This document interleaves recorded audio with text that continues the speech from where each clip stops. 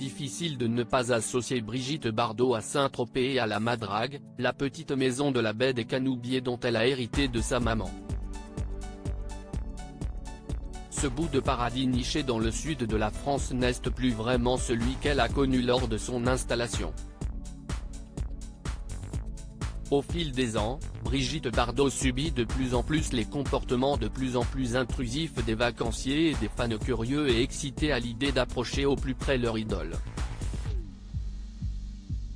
Si est-il la raison pour laquelle Brigitte Bardot préfère fuir tant qu'il est encore temps? Chaque début d'été, elle évite donc le plus possible d'être prise pour cible par les touristes et s'échappe à l'autre bout du village, dans son havre de pin du Capon, la Garrigue, une maisonnette sans prétention offrant le calme qu'elle ne trouve pas aux Canebiers.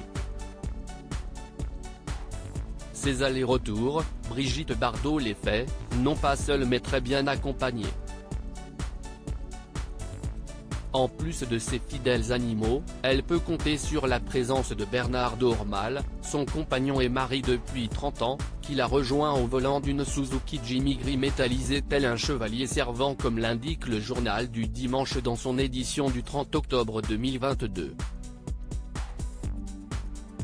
Leur routine d'amoureux est bien rodée. Sur les coups de 18 h, elle remonte chez elle, escortée par son mari. À gauche, la mer scintille comme un tableau pointilliste. Ils arrivent ensemble devant le portail. Ils reviennent pour le coucher du soleil. Chaque jour, un spectacle fastueux. Brigitte Bardot et Bernard Dormal profitent de la quiétude de la basse saison pour savourer la tranquillité qui leur reste, loin du travail et du temps que la Fondation Brigitte Bardot, dans laquelle le couple est très impliqué, leur prend chaque jour.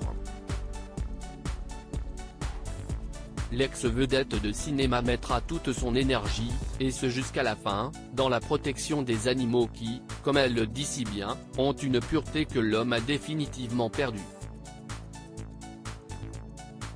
À l'exception de Bernard, sans doute.